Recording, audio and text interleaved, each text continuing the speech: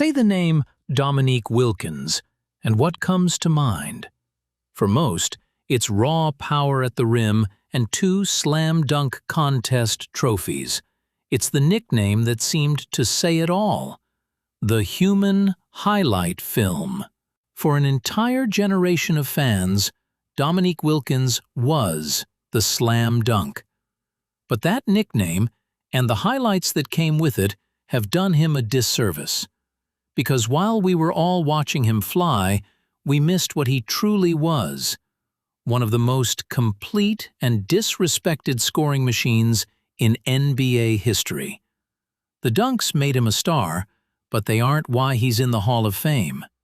This is the story of a scorer so elite, his greatness was hidden in plain sight. From the moment he stepped on a court, Dominique Wilkins was destined to score. He landed at the University of Georgia, a school with little basketball pedigree, and immediately put their program on the map. He was named SEC Player of the Year in 1981, and the human highlight film moniker was born. Drafted 3rd overall by the Utah Jazz in 1982, Wilkins was reluctant to play there. That led to a franchise-altering trade sending him to the Atlanta Hawks, the team he would define for over a decade. His impact was immediate. Starting with his second season, for 11 straight years, Dominique never averaged fewer than 20 points per game. He didn't just ease into his prime, he exploded into it. The 1985-86 season is where the legend of Dominique, the scorer, truly begins. That year, he won the NBA scoring title, dropping an incredible 30.3 points per game. The very next season, he finished second only to Michael Jordan.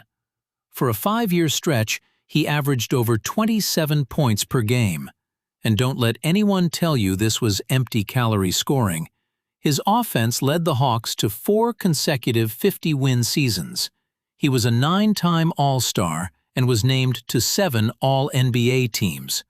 The argument that he was just a dunker is one of the laziest takes in basketball history. Yes, the dunks were the exclamation point, but his offensive package was the full story.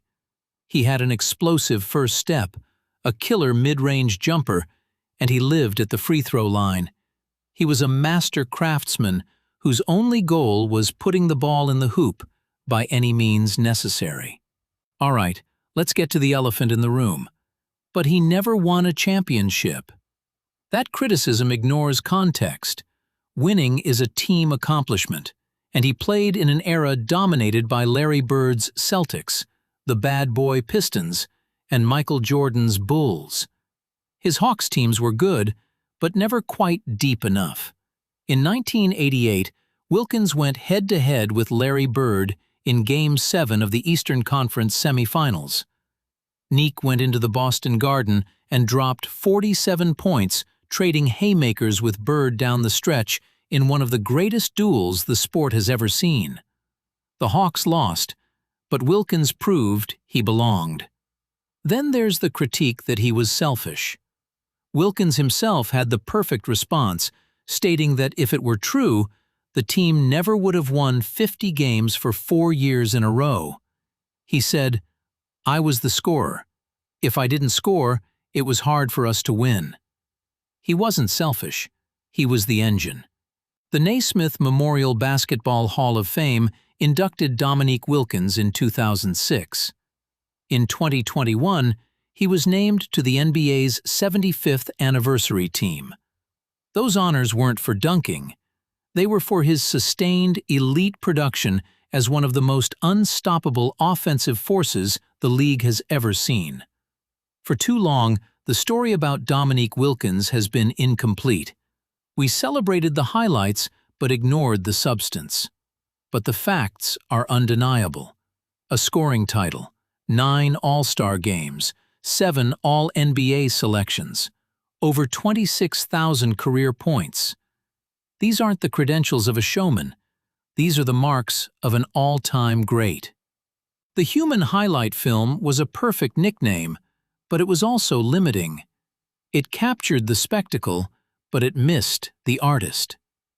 Dominique Wilkins wasn't just a highlight, he was the whole damn show. His place in basketball history is, and always will be, undeniable. So, what are your thoughts about Dominique Wilkins?